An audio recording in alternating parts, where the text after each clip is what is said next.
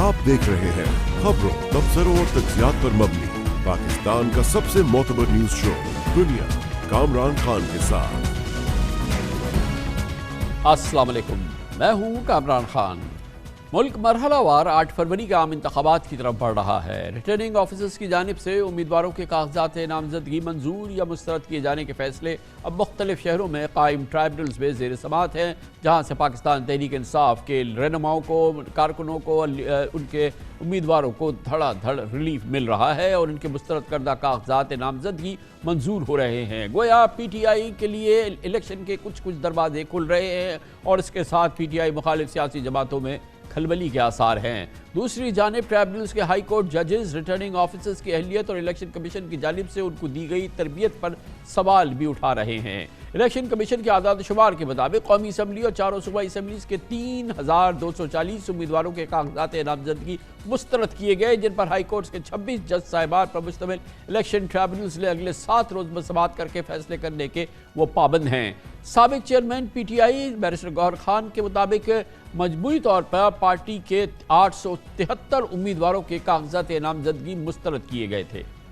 आज किसी भी ट्राइब्यूनल से किसी उम्मीदवार की कागजात नामजदगी के खिलाफ अपील मुस्तरद होने की खबर नहीं आई। इमरान खान के ने 122 से कागजात मुस्तरद होने की अपील की समाअत कल होगी। अलबत्ता शाह महमूद कुरैशी, हलीमा आदिल शेख, फिरदौस शमीम नकवी, जुल्फी बुखारी, राजा बशारत, सलमान अकरम राजा, आतिफ खान समेत PTI के दर्जनों उम्मीदवारों के कागजात नामजदगी मंजूर कर लिए गए हैं। इसके अलावा फवाद चौधरी भी अब इंतखाब में हिस्सा ले सकेंगे। इस्लामाबाद ट्राइब्यूनल ने शोएब शाहीन के कागजात नामजदगी मुस्तरद किए जाने का RO फैसला करदम कर दिया, जबकि अरबाब मोहम्मद ताहिर ने समाअत के दौरान कहा कि RO साहब मामूली एतराज़ात पर आपको उसी वक्त कन्फ्रंट करना चाहिए था। जस्टिस अरबाब मोहम्मद ताहिर ने रिमार्क्स दिए कि इलेक्शन कमीशन ने ROs को बाकायदा मावनत फराहम नहीं की। इलेक्शन कमीशन के वकील ने जवाब दिया कि ROs को पहले तरबियत फराहम की गई थी, जिस पर जस्टिस अरबाब मोहम्मद ताहिर ने कहा कि तरबियत तो फराहम की गई लेकिन पूरा कानून नहीं पढ़ाया गया। इसी तरह सिंध में जस्टिस कादिम हुसैन तेनियों पर मुश्तमिल ट्राइब्यूनल ने रिटर्निंग ऑफिसर्स पर गैर ज़रूरी तौर पर कागजात नामजदगी मुस्तरद करने पर बरहमी का इज़हार करते हुए रिमार्क दिए कि जो ROs इस किस्म के फैसले करेंगे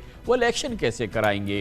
दिलचस्प सूरत हाल है, इस पर मज़ीद बात करेंगे। हमारे साथ मौजूद हैं जनाब Jibran Nasir, civil right activist हैं। जिब्रान साहब, आप खुद गो कि आप आई गेस इलेक्शन लड़ रहे हैं आज़ाद हैसियत में, लेकिन आपने PTI के फिरदौस शमीम नकवी साहब के कागजात नामजदगी मुस्तरद होने का केस उठाया और आज उनके वो कागजात जो हैं वो मुस्तरद होने का जो RO का फैसला था वो मुस्तरद हो गया। फिरदौस शमीम नकवी साहब इंशाल्लाह इलेक्शन लड़ पाएंगे। ये पूरा माहौल जो आप देख रहे हैं जो कि बहुत ही एक्स्ट्राऑर्डिनरी है, 850 PTI के जो उम्मीदवार थे उनके कागजात मुस्तरद हुए, मगर उसी तरह से बड़ा एक्स्ट्राऑर्डिनरी ये मामला है कि जब ये ट्राइब्यूनल्स में गए ये ROs के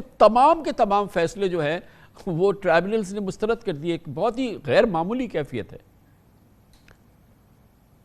देखिए, ये गैर मामूली कैफियत ज़रूरी है, बट हम ये नहीं कह सकते कि ये बाय डिफ़ॉल्ट है, ये डेफिनेटली बाय डिज़ाइन है।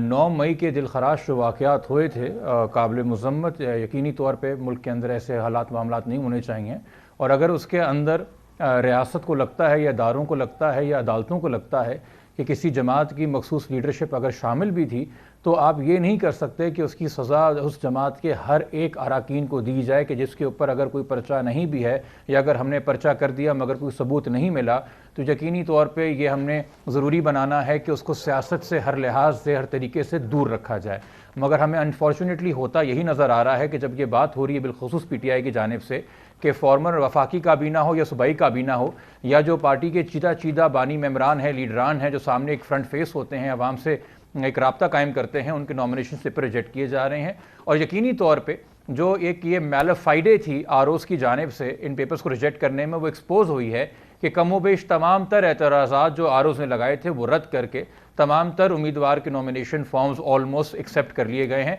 मगर अनफॉर्चुनेटली कल को वोटिंग करवाने के लिए और वोटिंग से पहले जो कैंपेन के दौरान कंडक्ट होता है, आपको जो मुख्तलिफ NOCs मिलती हैं, आपके अपोनेंट्स आपके खिलाफ कोई शिकायत करते हैं या आपको अपने किसी अपोनेंट से शिकायत होती है, और फिर जो इलेक्शन के फॉर्म्स निकलने हैं, पोलिंग के दिन जो अमला आना है, वोट कास्ट होना है, वोट की गिनती होनी है, उसकी फाइनलाइजेशन होनी है, ये तमाम के तमाम उसी RO ने करनी है जिस पे मेरे ख्याल में पाकिस्तान की एक जो 3 बड़ी जमातें हैं उनमें से एक बड़ी जमात ऑलरेडी अदम एतमाद का एक इजहार कर चुकी है, और वो गैर ज़रूरी अदम एतमाद का इजहार नहीं है, उनके पास ठोस वजूहात हैं। तो अगर किसी भी حلقے کی یہ خواہش تھی، کسی طبقے کی یہ خواہش تھی کہ اس ملک میں الیکشن ملتوی ہوں، تو اس کا بڑا اچھا طریقہ یہ ہے کہ الیکشن ہونے سے پہلے اس ایکسرسائز کو اتنا متنازع بنا دیا جائے کہ تمام پارٹیاں جو ہیں اس کے اوپر عدم اعتماد کا اظہار کر دیں، اور ہمیں اسی طرف کہانی انفارچونیٹلی جاتے ہوئے نظر آ رہی ہے، جبکہ ملک جو ہے متحمل نہیں ہو سکتا مگر اس کے مزید ساتھ ہی ڈیموکریٹک پروسیس کو ڈیلے کرنے پہلے کا۔ تو یہ آپ مجھے بتائیے کہ آپ کا تجربہ کیا کہہ رہا ہے کہ جو پیپرز ریجیکٹ ہوئے ہیں یہ ایک کوارڈینیٹڈ ایفرٹ تھی، یہ ایک آر او کا اپنا انفرادی فیصلہ بنیاد، چاہے اس کا وہ بعد میں اسٹرائک ڈاؤن کر دیا ٹرائبونل نے، لیکن یہ کیا اس کی کوئی مثال موجود ہے یا اس کی کوئی شواہد موجود ہے کہ یہ ایک کوارڈینیٹڈ ایفرٹ تھی اور یہ ایک منصوبے کے تحت سارے کاغذات مسترد کیے گئے؟ دیکھیے، ہمیں کہیں پہ تو آپ کو اسلام آباد ہائی کورٹ کے کامنٹس ابھی تھوڑی دیر پہلے اپنے پرومو میں چلا رہے تھے کہ جج صاحب فرما رہے ہیں کہ 3 الگ الگ حلقوں میں جو آروز پیپر ریجیکٹ کر رہے ہیں اس میں فل سٹاپ اور کامے کا بھی فرق نہیں ہے، مگر ہمیں یہ بھی نظر آ رہا ہے کہ کم سے کم یہ بیسک انسٹرکشنز کہیں نہ کہیں تھیں کہ کچھ بھی کر کے ان کے نومینیشن پیپر ریجیکٹ کرو۔ اگر میں آپ کو ایک مثال دوں تو فردوس شمیم نقوی صاحب کے یہ کہہ کے پیپرز ریجیکٹ کیے گئے کہ چونکہ پارٹی کا سمبل لے لیا گیا ہے ای سی پی کی جانب سے تو یہ کس نشان کے اوپر الیکشن لڑیں گے، اس لیے ان کو الیکشن لڑنے کی اجازت ہی نہیں ہے۔ اتنا بے تکا سا فیصلہ، اتنا بغیر کسی منطق کے اور قانون کے اس کے پریمس میں ڈیپ روٹڈ نہیں تھا یہ فیصلہ، اپنی طرف سے اخذ کر کے، تو یعنی کہ یہ جو عملہ سارا آرو کا تھا جس کی ٹریننگ پہ آپ کو پتا ہے بڑا شور مچایا گیا تھا، جب پشاور ہائی کورٹ نے ایک نوٹیفیکیشن سسپینڈ کیا تھا، بلکہ لاہور ہائی کورٹ نے، تو بڑا شو کوز بھی ہوا تھا سپریم کورٹ کی جانب سے اور بڑی بات ہی گئی تھی کہ سر ٹریننگ رک گئی، اگر ٹریننگ نہیں ہوگی تو الیکشن کیسے ہوں گے، یہ ٹریننگ بڑی ضروری ہے۔ تو یہ تو پھر ساری ذمہ داری سکندر سلطان راجہ صاحب نے اپنے سر پہ لی ہے، کیونکہ یہ ان کے ٹرین شدہ آروز ہیں، اور اگر ان کو یہی نہیں پتا کہ آرٹیکل 63 کیا کہتا ہے، آرٹیکل 62 کیا کہتا ہے، اور الیکشنز ایکٹ 2017 کا سیکشن 62 کیا کہتا ہے، اور اس سے ہٹ کے ہم جو بھی چاہیں گے ریزن لکھ دیں گے ریجیکٹ کرنے میں پیپرز، تو اس کو آپ میلافائڈ ہی کہیں گے انفارچونیٹلی، اس کے علاوہ تو یہ مگر ایک اوور آل جو الیکشن پروسیس آپ نے بھی شروع میں یہ بات کی ہے کہ اگر ہول سیل ریجیکشن ہو گئی تمام کاغذات نامزدگی کی ایک پی ٹی آئی کے بڑے حلقے کی، اور پھر اس کو اسٹرائک ڈاؤن کیا ایپلیٹ ٹرائبونل نے اتنے بڑے انداز میں، تو یہ جو پوری فوج ہے کھڑی ہوئی ہے، معاف کیجیے گا جو لفظ میں استعمال کر رہا ہوں، جو آروز کی یہ جو تیار کی، جس کی تربیت کی ہے الیکشن کمیشن نے، یہ ان کی جو ان کا جو رزلٹ سامنے آیا ہے یہ تو بہت ہی بڑے خطرے کی نشاندہی کر رہا ہے، جیسے کہ آپ نے خود عرض کیا کہ اس میں تو ابھی کئی مراحل ہیں جہاں پہ آروز کا امتحان ہونا ہے، اور یہ پہلے امتحان میں بری طرح سے فیل ہو گئے۔ دیکھیے، میں نے آپ سے پہلے ہی کہا کہ اگر پاکستان کی 3 بڑی جماعتوں میں سے ایک بڑی جماعت اس طرح عدم اظہار کرے گی عدم اعتماد کا، اور بعد میں الیکشن کے جاتے ہوئے ان کو مسائل بھی پیش ہوں گے، اور اوپر سے دیکھیے سیکیورٹی کرائسس ملک میں اپنی جگہ ہے، ہم اس سے بھی منہ نہیں پھیر سکتے، وہ اپنی جگہ ایک تلخ حقیقت ہے، مگر سیکیورٹی کرائسس 2018 اور 13 اور 2008 میں خاص طور پہ بے نظیر بھٹو صاحبہ کی شہادت کے بعد اس وقت جس ملک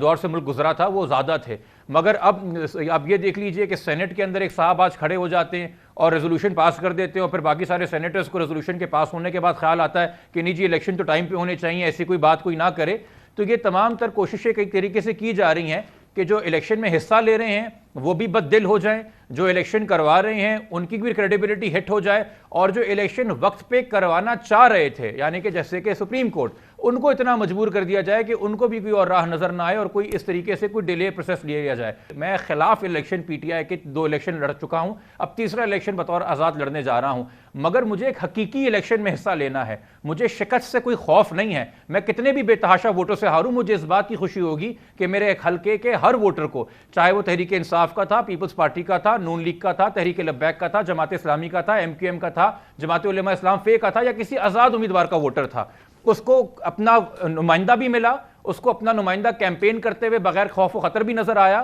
اور وہ ان کے لیے جا کے نہ صرف ووٹ ڈال سکا مگر اس دن وہ ووٹ گنا بھی گیا۔ یہ جمہوریت کا کہتے ہیں ضمانت ہے،